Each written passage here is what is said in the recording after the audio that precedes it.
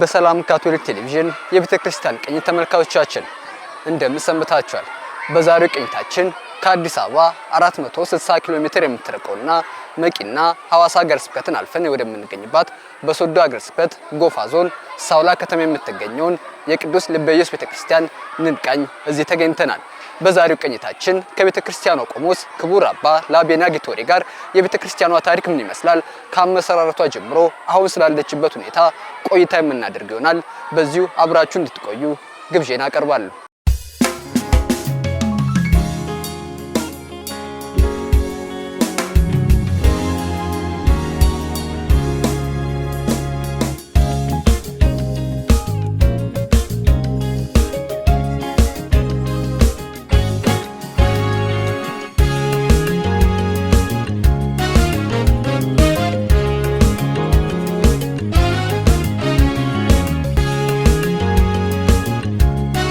አቅጣጫውን ወደ ደቡብ ኢትዮጵያ ክልል አድርገው በሶዶ ሀገረ ስብከት በሚገኘው ጎፋ ዞን ሳውላ ከተማ ሲገቡ አንድ ቤተክርስቲያን ያገኛሉ። ይኸው ቤተክርስቲያን የቅዱስ ልበ ኢየሱስ ካቶሊክ ቤተክርስቲያን ይባላል። በአካባቢው ከዚህ ቤተክርስቲያን ሕንጻ በፊት መንፈስ ቅዱስ አባቶች ወይም ስፒሪታን ፋዘርስ ከፈረንጆቹ 1975 ዓመት ጀምሮ ለአካባቢው ማህበረሰብ ካቶሊክ ቤተክርስቲያን የምትታወቅበትን የበጎነት ስራዎች በተለይም በልማትና ድጋፍ ላይ በመንቀሳቀስ የአካባቢውን ማህበረሰብ ያገለግሉ ነበር። እነዚህ መንፈስ ቅዱስ አባቶች በተለይም የአካባቢው ምንጭ ማህበረሰቡን እንዲጠቀም በማድረግ ከምግብ ድጋፍና ድልድዮችን በመገንባት በኩል ሲደግፉ ቆይቷል። ታዲያ የእነዚህ መንፈስ ቅዱስ አባቶች ድጋፍ ለ6 ዓመታት መቋረጥና በኋላም ከሐዋርያዊ ስራዎች ጋር መልሶ ለመጀመር መታቀድ በአካባቢው ቤተ ክርስቲያን ለማነጽ መነሻ ሆኗል ለማለት ይቻላል። ስፒሪታን ፋዘርስ የመንፈስ ቅዱስ አባቶች ማህበር በሰው እጥረት ይሁን በሌላ ምክንያት ለ6 ዓመት ይሄ እንቅስቃሴ የልማትም ሆነ የቤተ ክርስቲያናቱ እንቅስቃሴ አቋርጦ ነበርና ይህ እንዲቀጥል በዛን ጊዜ የነበሩት የሶዶ ሆሳና ሀገረ ስብከት ጳጳስ የነበሩት አቡነ ዶሚኒኮ ማርኖዚ እርሳቸው ይሄን ለማስቀጠል በሚል ከሀገረ ስብከት ካህን በ1999 ዓመተ ምህረት መድበው አንድ ካህንና በአንድ ዲያቆን እንደገና የራሱን ስራ እንደገና ጀመረ ቀጠለ። ከዛ በኋላ የተመደቡት ካህን ወደ ሌላ ቦታ ሲዛወሩ ሌላ ተመድቦ በ2001 ዓመተ ምህረት የማህበራዊ አገልግሎት የሚሰጡ ስራዎችን የልማት ስራ የምንለውን እሱንና የሐዋርያዊ ስራ እንቅስቃሴ በይፋ የተጀመረበት በ2001 ዓመተ ምህረት ነበር። ከዛ ያው እስካሁን ድረስ በዛው መንፈስ ሁለቱን በተጓዳኝ የልማትና የቤተ ክርስቲያን መንፈሳዊ ስራ ፓስቶራል ወርክ የምንለውን በዛው ቀጥለን የቤተ ክርስቲያን መልክ እንዲይዝ ተደረገ። መጀመሪያ እንደ ኤንጂኦ ድጋፍ ሰጪ ቤተ ክርስቲያን ካቶሊክ ሆኖ ግን እንደ ቤተ ክርስቲያን ሳይሆን እንደ ኤንጂኦ ድጋፍ ሰጪ ወይም የእርዳታ ድርጅት በመባል ይታወቅ ነበርና ይሄን መልክ በማስቀየር የካቶሊክ ቤተ ክርስቲያን እንዲባል በሁሉም በመንግስትም በኩል በእኛም በቤተክርስቲያን በኩል በሁሉም ይሄን መልክ የያዘው በ2001 ዓመተ ምህረት ነው። ስለዚህ ከዛ ወዲህ በዛው መልክ ቀጥሏል። አሁን የሚታየው ቤተክርስቲያን መነሻው ከቤተ ጸሎት ነው። በጊዜው በአካባቢ የነበሩ ምዕመናን በቁጥር ብዙ አለመሆኑ ቤተክርስቲያን ማነጽ የሚለው ሐሳብ አልነበረም። ታዲያ ጊዜን እየተካና የምዕመናኑም ቁጥር እየጨመረ ሲሄድ ጥያቄዎች መምጣት ጀመሩ። በዚህም በ4 ሰዎች የተጀመረው ቤተ ጸሎት እድገቱን ቀጥሎ አሁን ወደሚታየው ቤተክርስቲያንነት ተሸጋግሯል።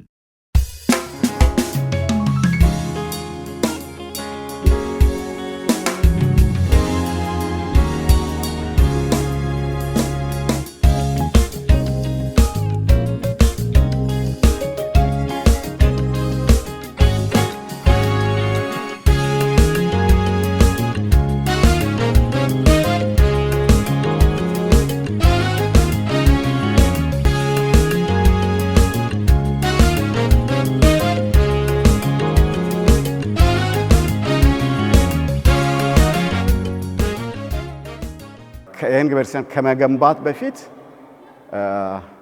ይሄ ሶስተኛ ደረጃ ነው። 3 ስቴፕ ነው። የመጀመሪያው በካህናት ቤት ጸሎት ቤት ነበረች። አንድ ትንሽ ጸሎት ቤት ነበረችና በዛች ጸሎት ቤት እንደ ቤተ ክርስቲያን ካህናትም ለጸሎት ይጠቀሙ ነበርና አይሁድ ቀን ለቅዳሴ በዛን ጊዜ ሲጀመር የነበሩት 2 ሰዎች ብቻ ነበሩና 2 ካህናትና 2 ምእመናን 4 ሆነው በጸሎት ቤት እዛው ጀመርን። ያ ትንሽ ሌሎች እየመጡ ሲሆን ቁጥራቸውም ትንሽ ከፍ እያለ ሲሄድ ወደ 7 8 10 ስንደርስ ቦታዋ አትመቻለች፣ አልበቃ አለችን። የሚመጡት ምእመናንም ይሄ ቤት መኖሪያ ነው እንጂ ጸሎት ቤት አይደለም፣ ስለዚህ በመኝታ ክፍል ይመስላልና ቤተ ክርስቲያን ቢያስፈልግ ቢገነባ ቢኖር በሚለው ሐሳብ ሲያቀርቡ እኛም አመንንበትና በፊት መጋዘን የነበረውን ከመጋዘን ግማሽ ክፍል ቆርጠን ለጸሎት ቤት አገልግሎት አዋለን። ያ ሁለተኛ ደረጃ ነው። በዛ አንድ 20 አካባቢ 20-30 ሆነን በዛው ቤተክርስቲያንን መገንባት አስፈላጊ እንደሆነ አየን። ለቤተክርስቲያኒቱ ህልውና ቤተክርስቲያን ነው። እንግዲያውስ ከሰው ልብ ባሻገር የሚታይ ተቋምም አስተዋጽኦ አለውና ይህ ቤተክርስቲያን እግዚአብሔር ይመስገን ከዛው ሐሳብ ተነስተን ተጀምሮ ነው ወደዚህ ቤተክርስቲያን ግንባታ የገበረውና አሁን የደረስነው። ቤተክርስቲያኑን ስንገነባ ስንነሳሳ አስፈላጊነቱ ከፍ ስላለ ነው። የመጀመሪያ ቤተክርስቲያን መገንባት አስፈላጊ ነው ብለን የወሰንበት ለህልውና ለካቶሊክ ቤተክርስቲያን እንደ ቤተክርስቲያን ለማድረግ ቤተክርስቲያን ተገንብቶ መታየት አለበት። ካልሆነ በበፊቱ በሚሰጠው ስም እንደ እርዳታ ድርጅት ተብሎ ነው የሚቀጥለው። ስለዚህ ይሄ አንድ መነሻ ነው። ሌላው ደግሞ ምእመናን ካህናት 2 ካህናት ነበርና ሐዋርያዊ አገልግሎት ስንሰጥ ምእመናን ወደ ካቶሊክ እምነት ይመጡ ነበር። ያለው የመጀመሪያ ጸሎት ቤት የነበረው በቂ አልነበረም። መጋዘኑ ደግሞ ገላጭ አልነበረም። ለመጸለይ ለመሰብሰብ ይመቻል፣ ግን ቤተክርስቲያን ለማለት በመጋዘን ነው ሰዎች የሚያውቁት። ስለዚህ መነሻችን ፕሮፐር የሆነ ትክክለኛ ተገቢ የሆነ ቤተክርስቲያን መገንባት ለምእመኑም ለካህኑም ለህብረተሰቡም ቀጥሎ ላለውም እና ለካቶሊክ ህልውናም ወሳኝ ስለሆነ በዛው ነው የተጀመረው እና ይህን ስራ ለማገዝ ሌላ ደጋፊ ክፍል በፋይናንስ የሚያግዘውን ማፈላለግ ነበረብን። በዛው ጊዜ የነበሩት አቡነ ሮድሪጎ ማህያ የሚባሉ ጳጳስ የሶዶ ሀገረ ስብከት አቡነ ነበሩና ይሄን ሐሳብ አቀረብን። እርሳቸውም ይሄን ሐሳብ ተቀበሉና እንደማንኛውም ደጋፊ ለመፈለግ ፕሮጀክት አዘጋጁ አሉን። ፕሮጀክት አዘጋጅተን በእርሳቸው አማካይነት የሚያግዙን ሰዎች ተገኙ። መጥተው እስከ ቦታ ድረስ እዚህ መጥተው አዩ፣ አስፈላጊነቱን አስረዳን። ከዛ እነሱም ተረዱንና ቤተክርስቲያን መገንባት አለብን በሚለው እነሱም እናግዛለን በሚለው ነው የተገነባው። በድርጅት አይደለም። በካቶሊክ ምእመናን ከአገር ውጭ ባሉት በእንግሊዝ አገር የሚኖሩት 2 ካቶሊካውያን በእነሱ እገዛ ሙሉ ወጪ ተሸፍነው ነው ይሄ ቤተክርስቲያን የተገነባው። ስለዚህ ይሄ ከሌላው አካባቢ ለየት ይላል ለሚባለውና ለሚመስለው እኔ በበኩሌ ብዙ ለየት አይልም። በአካባቢው ካለው ለየት ይል ይሆናል። ግን እንዳጋጣሚ ይሄ ቤተክርስቲያን ከመገንባቱ በፊት ወደ ኢጣሊያ ሀገር ሄጄ ነበርና እዛ ቤተክርስቲያንን ሳይ ለእግዚአብሔር ክብር የቆመና ሰዎች ቤተክርስቲያንን ሲገነቡ የእግዚአብሔርን ትልቅነት ታሳቢ አድርገው እንደሚገነቡ አየሁኝ። ክብር ገላጭ እንደሆነ ለእግዚአብሔር የሚገባ ለምእመናንም ለመንፈሳዊ አገልግሎትም ቤተ መቅደስ እስከመሆኑ መጠን የሚገባ ሆኖ አየሁትና በውስጤ የነበረኝ ምኞት እንደው ከዛው አንድ ትንሽዋን ክፍል ወስደን ለራሳችን ሳውላ ላይ ብናረግ የሚለው ምኞት ነበረኝ እና ይሄን እድል አገኘሁትና ያን ባይመስልም ጠንካራ ሆኖ ሰፊ ሆኖ ረጅም እድሜ የሚቆይ ሆኖ ነው የተገነባው። አካባቢውም ደግሞ ሙቀታማ ስለሆነ ከላይ ቆርቆሮ ብናረግ የሙቀቱ ከስርና ከላይ ሲመጣ ሙቀቱን መቋቋም ስለማንችል ቁመቱን ከፍ እንድናረግ ተባብለን ተስማማን። ኮንክሪት ብናረግ ደግሞ ብዙ ሙቀት አያስገባም በሚለው አደረገንና በዛው ገነባን። አሁን ይሄ ከተጀመረ ቤተክርስቲያን ተገንብቶ ከተጀመረ አገልግሎት መስጠት ከጀመረ 9 ዓመት ሆኖታል። ከተመረቀ ማለት ነው። ግንባታው 4 ዓመት ነው የፈጀው። ከተመረቀ 9 ዓመት ሆኗል። ስለዚህ ኦልሞስት ወደ 13 ዓመት ሆኗል። ለዚሁ ደግሞ ያገዘን ከገንዘብ ይገዛ ባሻገር የዚህ የፋይናንስ ደጋፊዎች ጓደኛ የነበረው ዲዛይኑን እኛ በምንፈልገው መልክ ሰርቶ አቀረበልንና እሱ ይሄን ስጦታ ሰጠ። ዲዛይኑን ለኛ ስጦታ አድርጎ ሰጠ። እኛ በዛን ጊዜ ከነበሩት ጳጳስ አቡነ ሮድሪጎ እና ከደጋፊዎች አርኪቴክቱ አሁን ከእንግሊዝ ሀገር ከመጣው እኛም ካህናት ነበረንና እንደዚህ ቢሆን ይሻላል በሚለው ይሄን አደረገ።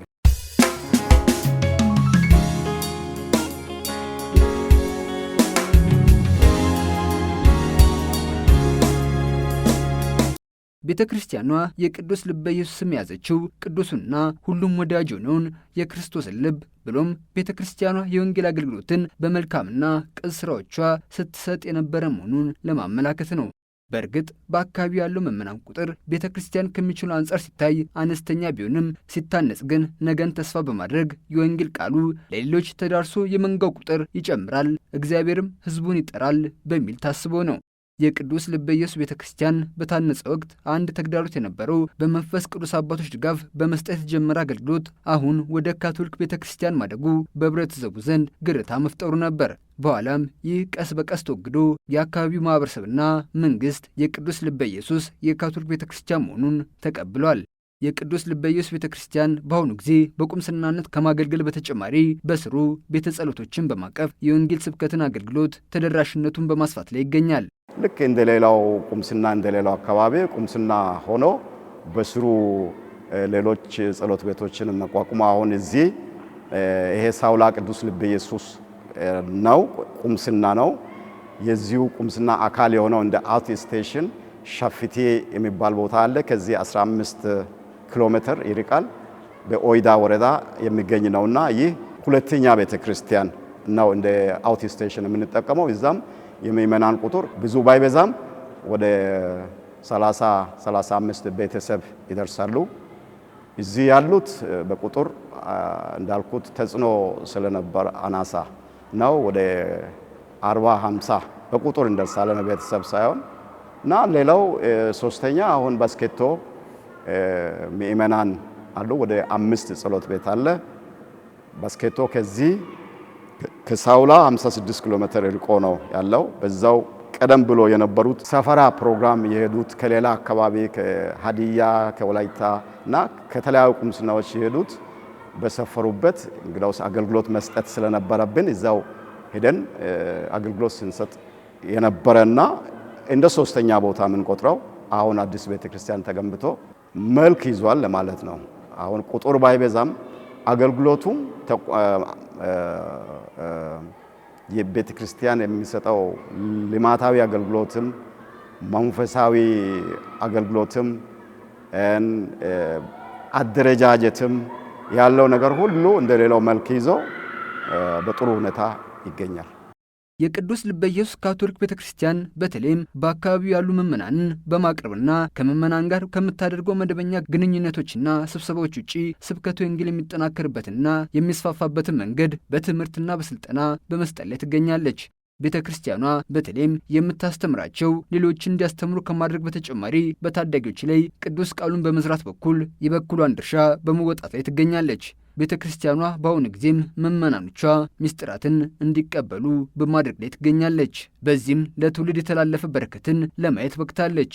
ምዕመናኖቿም ቤተ ክርስቲያኗ የእኛ ናት በማለትና ከጎኗ በመቆም እርሷን ይደግፋሉ፣ እርስ በርስም ይደጋገፋሉ። አሁን ያለው የቤተ ክርስቲያኒቱ አቋም በተሻለ ነው። በእድገት ላይ ነን። በሐዋርያዊ ስራ ውስጥ ምስጢራትን በሚመለከት ሕፃናት እንደተወለዱ ይጠመቃሉ። እንደተወለዱ ወላጆች ባቀረቡት ጊዜ ይጠመቃሉ። እንደ ፕሮግራም ደግሞ በልደት ጊዜና በፋሲካ ጊዜ ይጠመቃሉ። በልደት ጊዜ ሕፃናት ናቸው የሚጠመቁት። በፋሲካ ጊዜ ትላልቆችን እንደ ካቴኩሜን የምንወስዳቸው እነሱ ሲዘጋጁ ነው የምናጠምቃቸው። ለቃል ኪዳን እስካሁን ወደ 4-5 የሚሆን ቃል ኪዳን ተፈጽሟል። እንዳው እንደ አጋጣሚ በዚህ ለመግለጽ ብሞክር መጀመሪያ ይሄ ቤተክርስቲያን ከመገንባት በፊት በመጋዘኑን እንደ ቤተክርስቲያን አድርገን በምንጠቀምበት ጊዜ ቃል ኪዳን ያደረጉት የነሱ ልጆች ደርሶ እንደ አልታሪ አገልጋይ አሁን እያገለገሉን ነው። ስለዚህ ጥሩ ውጤት አለ ማለት ነውና ቃል ኪዳኑም አለ። ከቃል ኪዳን ውጭ በፊት በሌላ ሃይማኖት ወይም የተጋቡት ከቃል ኪዳን ውጭ የተጋቡት በቡራኬ ስርዓት ይካተቱና ከዛ ወደ ቅዱስ ቁርባን እንዲቀርቡ እየተደረገ ነው። ምስጢረ ሜሮን በሚመለከት ያው ብዙም ምስጢረ ሜሮን የተቀበሉት የለም። ግን በዚህ ብፁዕ አባታችን አቡነ ደጀነ ጵጵስና ከተቀበሉ በኋላ እዚህ እንዲጎበኙ ግብዣ አድርገን እርሳቸው መጥቶ ተቀብለው እዚህ ምስጢረ ሜሮን ለ12 ምእመናን ምስጢረ ሜሮን ሰጥተዋልና ስለዚህ በዛው መንገድ እንግዲያውስ እየሄደ ነው። የምእመናን ተሳትፎ በተቻለ መጠን ቤተክርስቲያንን የራሳቸው እስከ መሆነ ዘንድ የሚያጸዱት የሚጠብቁት ዙሪያውንም ውስጡንም ውጭውንም ዙሪያውን ይጠብቃሉ፣ ያጸዳሉ። ቤተክርስቲያኒቱ የራሷን ክብር እንድታንጸባርቅ ከማድረግ አኳያ ተሳትፎ አላቸው። እርስ በርስ ደግሞ በእድር ተቋቁመው በእድር አንዱ ሌላውን በእክል ጊዜም በሌላ ጊዜም ይደጋገፋሉ። ስለዚህ ይሄ ዞሮ ዞሮ የቤተ ክርስቲያኒቱ አገልግሎት ነው የሚሆነው። በዚህ አካባቢ በአገሪቱ የተለመደው እድር በሃይማኖት ነው። እዚህ እያንዳንዱ በራሱ ሃይማኖት ነው እድር የሚደራጀውና በእድር የሚገባው። እዚህም ካቶሊካውያን የራሳቸው እድር አለ። ያ እድር እንደ አንድ መንፈሳዊ ተቋም አድርገን ነው የምንወስደው። ምክንያቱም እዛ ያለው የሚያስፈልግ ጉዳይ በዛው እድር አድርገው ነው መፈጸመው እና ሌላ በቁሳቁስ በሚፈለገው እና እንደ አቅማቸው በቁሳቁስ ያግዛሉ፣ በገንዘብ ያግዛሉ። በዓላትን የዚሁም በዓል ብቻ ማክበር ሳይሆን ሌላ ኦኬሽን ሲፈጠር በቁምስና አሁን በሶዶ ሀገረ ስብከት ዲነሪ የሚባል ከባባዊ ቁምስናዎች በአንድ ላይ ተደራጅቶ ለበዓል አከባበር፣ ለመተጋገዝ፣ ለሌላ ጉዳይም በመሆኑ ተሳትፎ አለ። ስለዚህ በዛ ሁሉ ይሳተፋሉ። በተጠየቁት ሁሉ ተሳትፎ አላቸው። ተስፋ ሰጪ ነው።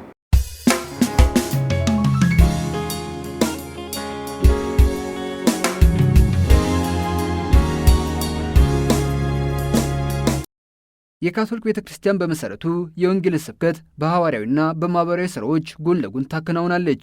ለዚህም በሀገራችን ኢትዮጵያ የሚገኙ በመቶዎች የሚቆጠሩ ትምህርት ቤቶቿ፣ ጤና ተቋሞቿ እንዲሁም በርካታ የእርዳታ ድርጅቶቿ ምሳሌ ይሆናሉ።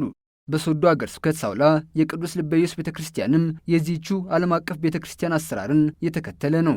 ቤተ ክርስቲያኑ በአካባቢው ለምእመናኑ የቤተ ክርስቲያን ምስጢራትን አገልግሎት ሲሰጥ ለማህበረሰቡም እንደ ትምህርት ቤት ያሉ መሰረታዊና አስፈላጊ ተቋማትን በመገንባትና የነገውን ትውልድም በማነጽ ጭምር ነው። እኛም ደግሞ እንደ ቤተ ክርስቲያን ያው በማህበራዊ አገልግሎት ተማሪዎች በብዛት አሉን። የአጸደ ሕፃናት ተማሪዎች አሉ ወደ 180 የሚሆኑ የመደበኛ ኤሌመንታሪ ተማሪዎች አሉ 1 እስከ 8 እና በዛውም አድርገን መንፈሳዊ አገልግሎት እየሰጠን ነው። ህብረተሰቡ በደስታ ነው የሚቀበለን። በትምህርት ቤትም እንደ ቤተ ክርስቲያንም በአካባቢውም አስፈላጊነቱ ሲፈጠር የቤተክርስቲያኑ ድጋፍ ሲጠየቅ እኛም ደግሞ ሲናይ መሳተፍ ባለንበት እየተሳተፍን የሚቻለው ነገር ሁሉ እያደረገንና ህብረተሰቡም ካቶሊክ የሆኑትም ካቶሊክ ያልሆኑትም ሁሉ አድናቆትና ክብር አላቸው፣ ተሳትፎም አላቸው። ስለዚህ ከዚህ ጎን ደግሞ እናቶችን የዛሬ 15-14 ዓመት አካባቢ አደራጅተን ጄሚያ በሚባል ፕሮግራም ስር ተቋቁሞ ድጋፍ እያገኘው እኛ እንግዲያውስ የምናደርገው ማንኛውንም ድጋፍ ከወንጌል አገልግሎት ጋር ወንጌልን ወደ ተግባር ከመለወጥ ጋር አያይዘን ነው የትምህርት ቤቱንም ድጋፉንም ማንኛውም በጎ የሆነ ነገር ሁሉ ከወንጌል ጋር ነው የምናያይዘው። የቅዱስ ልበ ኢየሱስ ቤተክርስቲያን በቅጥር ግቢ ውስጥ በታነጸው አጸደ ሕፃናት አንደኛና መካከለኛ ደረጃ ትምህርት ቤት ለአካባቢው ማህበረሰብ ማህበራዊ አገልግሎቱን ከሚሰጥባቸው መካከል ዋነኛው ነው። ትምህርት ቤቱ በ2001 ዓ.ም በአጸደ ሕፃናት የጀመረው አገልግሎቱን በማህበረሰቡ ጥያቄ መሰረት በማስፋፋትና አሁን እስከ መካከለኛ ደረጃ ድረስ በማስተማር ላይ ነው የሚገኘው። የሳውላ ካቶሊክ ቅዱስ ልበ ኢየሱስ አጸደ ሕፃናትና አንደኛ ደረጃ ትምህርት ቤት መካከለኛ አሁን ደርሷል ትምህርት ቤት ነው። ትምህርት ቤቱ የተመሰረተው በመሰረቱ በጅምሩ በአጸደ ሕፃናት ነው። በ2001 ዓ.ም ነው ስራውን የጀመረው። በዚህ ቆይታ ለ8 ዓመታት ያህል አጸደ ሕፃናትን ሲያስተምርና ሲያስመርቅ ቆይቶ ከዛ በኋላ በአካባቢው ህብረተሰብ ጥያቄ መሰረት አንደኛ ደረጃ መከፈት አለበት ከሚለው ሁኔታ ተነስቶ ለ8 ዓመታት አጸደ ሕፃናትን ሲያበቃ ቆይቶ የማስፋፊያ ግንባታ በማጠናቀቅ በ2008 ዓ.ም እንደ አውሮፓ አቆጣጠር በ2015 መደበኛ ትምህርቱን ጀምሯል። ከዚያ በኋላ በየዓመቱ የክፍል ደረጃውን እየጨመረ እያሻሻለ በማምጣት በ2014 ዓ.ም 8ኛ ክፍል ደርሶ ለመጀመሪያ ጊዜ ክልላዊ ፈተና አስፈትኖ ተማሪዎች በውጤታቸው ሙሉ በሙሉ 100% አልፈዋል። ለመጀመሪያ በ2014 ዓ.ም ማለት ነው። በቅዱስ ልበ ኢየሱስ ቤተክርስቲያን የሚገኘው ይኸው የአጸደ ሕፃናት አንደኛና መካከለኛ ደረጃ ትምህርት ቤት ከጥቂት መምህራንና ተማሪዎች የጀመረው አገልግሎት አሁን በማህበረሰቡ ዘንድ ተቀባይነት አግኝቶ በመቶዎች የሚቆጠሩ ተማሪዎችን በማስተማር ላይ ይገኛል። ትምህርት ቤቱ በአጠቃላይ አካባቢው ህብረተሰብ ውስጥ በጣም ተወዳጅ ነው። አንደኛ በቅድመ መደበኛ የሚሰጠው ትምህርት ውጤታማ ከመሆኑ የተነሳ በህብረተሰቡ ጥያቄ ነው ይሄ አንደኛ ደረጃም ሊከፈት የቻለው። በዚህ መሰረት ትምህርት ቤቱ በትምህርት ጥራት፣ በተማሪዎች ውጤት እና በስነ ምግባር ላይ ትኩረት ሰጥቶ የሚሰራ በመሆኑ ለመማር ማስተማር የሚያስፈልጉ ግብዓቶች በአብዛኛው የተሟላ በመሆኑ መማሪያ ክፍሎች፣ መቀመጫዎች፣ ላይብሬሪ፣ ላቦራቶሪ ሁሉ የተሟሉ በመሆናቸው ህብረተሰቡ በጣም ለትምህርት ቤቱ ከፍተኛ ትኩረት ይሰጣል። ትምህርት ቤቱ ካለው ግቢ ስፋት አኳያ አንዳንድ ሴክሽን ለአንደኛ ክፍል አንድ፣ ለሁለተኛ ክፍል አንድ እያለ 8ኛ ክፍል አንዳንድ ሴክሽን በመሆኑ እንጂ አካባቢው ህብረተሰብ በአብዛኛው እዚህ ለመማር ይፈልጋል፣ ለማስተማር ይፈልጋል። ግን የክፍል ቁጥሩ አናሳ ከመሆኑ የተነሳ የተወሰነ ውስን ተማሪዎችን ብቻ ነው የምንቀበል። በዞን ደረጃ በወረዳ ደረጃ ተሸላሚ ትምህርት ቤት ነው። በዚህ ምክንያት ሰዎች በአብዛኛው ትምህርት ቤቱን ይፈልጉታል፣ አስተምራሉ። በምዝገባ ጊዜም ቅድሚያ ነው እዚህ ለማግኘት የሚሽቀዳደሙት። እኛ ተማሪዎችን መዝነን ነው የምንቀበለው። በዚህ ሁኔታ ህብረተሰቡ በጣም ትምህርት ቤቱን ይወዳል። ትምህርት ቤቱ ከሚሰጠው አገልግሎት ባሻገር በተለይም አቅም ለሌላቸው በትምህርትና በጤና መድን ዘርፍ ድጋፍ የሚሰጥ መሆኑና በትምህርት ጥራት ላይ በሚሰጠው ከፍተኛ ትኩረትም በማህበረሰቡ ዘንድ ተቀባይነቱ እንዲጨምር አድርጎታል። ማህበረሰቡም የዚህን ትምህርት ቤት መስፋፋት በተስፋ የሚጠብቀው ጉዳይ ነው። የቅዱስ ልበ ኢየሱስ ካቶሊክ ቤተክርስቲያን ማህበራዊ ስራዎች የአካባቢው ማህበረሰብ እንዲጠቅሙ ለማድረግ ብቻ ሳይሆን የኔነትም ስሜት እንዲሰማቸው ለማድረግ እየተንቀሳቀሰች ነው። ቤተክርስቲያኗ ራሷን ለመቻልም አገልግሎቷን ለማጠናከር አቅዳ ነው እየሰራች የምትገኘው። እንደ ማንኛውም ካቶሊክ ቤተክርስቲያን በኢትዮጵያ ያለ በአገረ ስብከት ያለ በዚሁ አካባቢ ያለ ያው ይሄ አካባቢ ከማዕከሉ ትንሽ ራቅ ብሎ ነው ያለው። ብዙ የካቶሊክ ልምድ ሌሎች የሚወስዱበት ብዙ አጋጣሚ የለም። ገና እኛ ምሳሌ ለመሆን እኛን ልምድ እንዲካፈሉ ለማድረግ የራሳችን ማንኛውም ስራ በጥንቃቄ በጥራት እየሰራን አገልግሎታችን በቃል ብቻም ሳይሆን በተግባር እና እንደ ካቶሊክ ቤተክርስቲያን ደግሞ ሁሉን እንዲደርስ በሚል በተቻለ መጠን ሁሉን እያካተትን አገልግሎት እየሰጠን እንገኛለን እና እንደ ካቶሊክ ቤተክርስቲያን ራሷን እንድትችል ነው ስራችን። እንቅስቃሴ በድጋፍ ነው፣ በገንዘብ ድጋፍ ነው አሁን አብዛኛው እየሆነ ያለው። ስለዚህ ይሄን ድጋፍ ራሳችን በራሳችን ለመቻል በሀገረ ስብከቱ በሚያወጣው ሐዋርያዊ ስራ ፕሮግራም መሰረት ስትራቴጂ መሰረት እኛም ይዘው ውስጥ አለንና ይህን ወደ ተግባር እየቀየርን ከሌሎች ድጋፍና ሌሎችን ከመጠየቅ ራሳችን እየቻልን ለመሄድ ነው። ለምሳሌ ትምህርት ቤት ይህን ጀምረን ትምህርት ቤቱ ራሱን የሚችልበት ደረጃ ላይ ኦልሞስት ደርሷል ማለት ይችላለሁ። ይህም በሐዋርያዊ አገልግሎት ዘርፍ በተለይ ፋይናንስን በሚመለከት ምእመናን የራሳቸውን ወጪ ራሳቸው እንዲችሉ የራሳቸውን አክቲቪቲ ተግባር ራሳቸው እንዲችሉ አድርገን ድጋፉን ከሌላ የሚመጣ ከውጭ ወይም ከሚደግፉን ሰዎች የሚመጣ ድጋፍ እየቀነስን የራሳችን መቻል ደግሞ እየጨመርን ራሳችን ወደ መቻል ከዛ ፕሮግራማችን እያሰፋን አገልግሎታችን እያሰፋን ባለቤትነትን ስሜት ደግሞ በኃይል እያጠነከረን ሌሎችን እያሳተፈን ሌሎቹም ደግሞ አሁን በምእመናን ቁጥር አናሳ ነን። ግን ይሄ በእርግጥ የእግዚአብሔር ስራ ነው፣ ጥሪ ነው። እግዚአብሔር ከጠራ ማንም አይከለክልም። እግዚአብሔር መንገድ ካሳየ እኛ ደግሞ በዛ መንገድ ሰው የሚሄድበትን ማስተማርና ጥሩ ምሳሌ መሆን ራሳችን መሳተፍ ሆነን መገኘት ነው። ካቶሊክ ቤተክርስቲያን የሁሉም በሁሉም ቦታ የምትገኝ ስለሆነች ለሁሉም በሯን ክፍት አርጋ በጥሩ ምሳሌ በጥሩ ትምህርት እግዚአብሔር የሚከበርበት ሰውም የሚከበርበት ሰውም አንድ የሚሆንበትና የሚድንበትን መንገድ የተሻለ ህይወት ተስፋ ያለበት ህይወት የተሞላ ህይወት እንዲሆን የራሳችን አስተዋጽኦ ማበርከት ነው።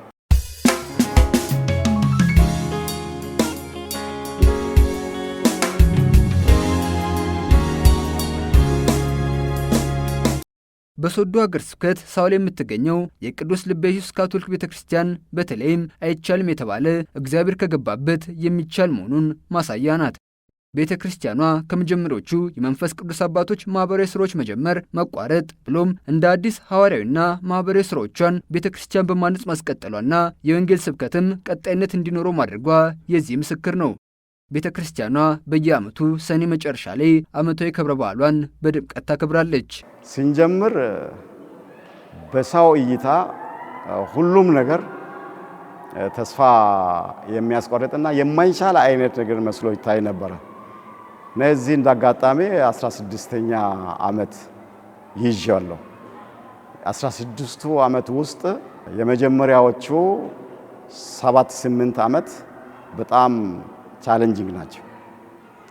ብዙ ጉልበት፣ ብዙ ጊዜ፣ ብዙ ሀሳብ እና ምን ይሆናል የሚለው ነገር ነበረ። ከዛ በኋላ ያው እግዚአብሔርም አገዘን፣ ሰውም አገዘን፣ ተጋግዘን ሰራን።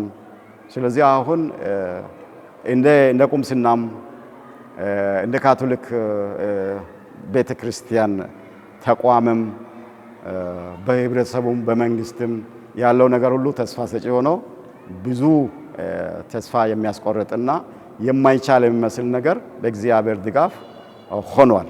ስለዚህ እግዚአብሔር እውነትም ይሰራል። እሱ ሲሰራ ነው እኛ ደግሞ እሱን ተከትለን የምንሰራው። ስለዚህ እግዚአብሔር የገባበት ስራ አይከሽፍም። ስለዚህ አሁንም የበለጠ ይቀጥላል። እንደ ካቶሊክ ቤተክርስቲያን ያው አንዱ የጀመረውን ሌላው ያስቀጥላል። እኛ የተቻለውን አደረግን፣ ሌላው ደግሞ ሌላ ያደርጋል። ለዚህ ሁሉ ባለቤት የሆነ እግዚአብሔር ደግሞ ያግዛል፣ ይረዳል። ምክንያቱም ቤቱም የሱ ነው፣ ስራውም የሱ ነው፣ ህዝቡም የሱ ነው። ስለዚህ እኛ አስተዋጽኦ እናደርጋለን፣ እግዚአብሔር እንዲከብር፣ ወንጌል እንዲስፋፋ፣ እግዚአብሔርን የሚያመሰግን ሰው እንዲበዛ፣ እርስ በርስ የሚተጋገዝ ሰው፣ ፍቅር ያለው ሰው፣ ህብረት አንድነት ያለው ሰው በወንጌል መልእክት መሰረት ህይወቱን እንዲመራ የተቻለውን ያህል በድካማችንም በውስንነታችንም እችን ትንሿን ጠብታ ማበርከት ነው። ዋናው ነጥብ ተስፋ ማድረግ፣ በሚያጋጥመው ችግር ወዲያውኑ እንደ ችግር ወስዶ ሳይሆን እንደ አጋጣሚ አድርጎ ወስዶ በዛው ጠንክሮ መቀጠል፣ ያለውን አጋጣሚ ሁሉ መጠቀም፣ ማንኛውንም ትምህርት ከማንኛውም ነገር ትምህርት መማርና መቻል፣ ይሄ ነው ትልቁ ነጥብ።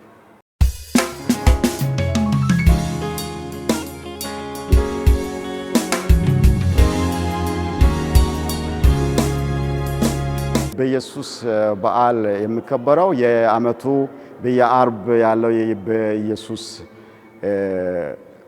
ዕለት የሚጠናቀቀው በተመሳሳይ ቀን አይደለም፣ በሰኔ ወር መጨረሻ ነው። ስለዚህ የሰኔ ወር ልክ የአርቡ የልበ ኢየሱስ ቀን ቅዳሴ ሲያልቅ መጨረሻ የሚከበረው የልበ ኢየሱስ በዓል ነው። አጠቃላይ እንደ ኮንክሉዥን ነው። ስለዚህ በዛ ነው እኛ የልበ ኢየሱስን ዓመታዊ ክብረ በዓል የምናከብረው።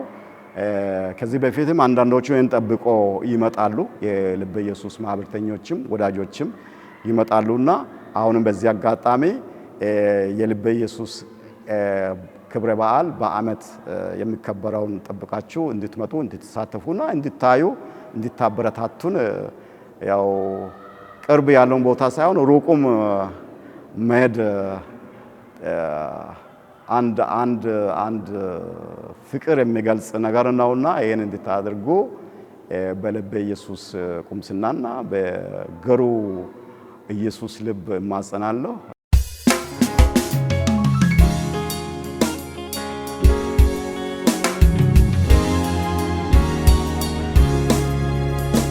ውድ ተመልካቾቻችን በእስካሁን ቆይታችን በሶዶ ሀገረ ስብከት ጎፋ ዞን ሳውላ ከተማ ስለምትገኘው የቅዱስ ልበ ኢየሱስ ቤተክርስቲያን እንዲህ ደስ በሚል መልኩ ወደ እናንተ አቅርበንላችኋል። ከቤተ ክርስቲያኗ ቆሞስ ክቡር አባ ላቤና ጊቶሬ ጋር በነበረን ቆይታ ስለ ቤተ ክርስቲያኗ ታሪክና አሁናዊ ሁኔታዎች በቂ መረጃዎችን ወደ እናንተ እንዳደረስን ተስፋ እናደርጋለን። ፕሮግራሙን ወደ እናንተ ሳደርስ የነበርኩት ኢዮብ ትሬዛ ነኝ። በቀጣይ በሌላ የቤተ ክርስቲያን ቅኝት እስከምንገናኝ ቸር ያቆየን እያልኩኝ በዚሁ ተሰናበትኩ።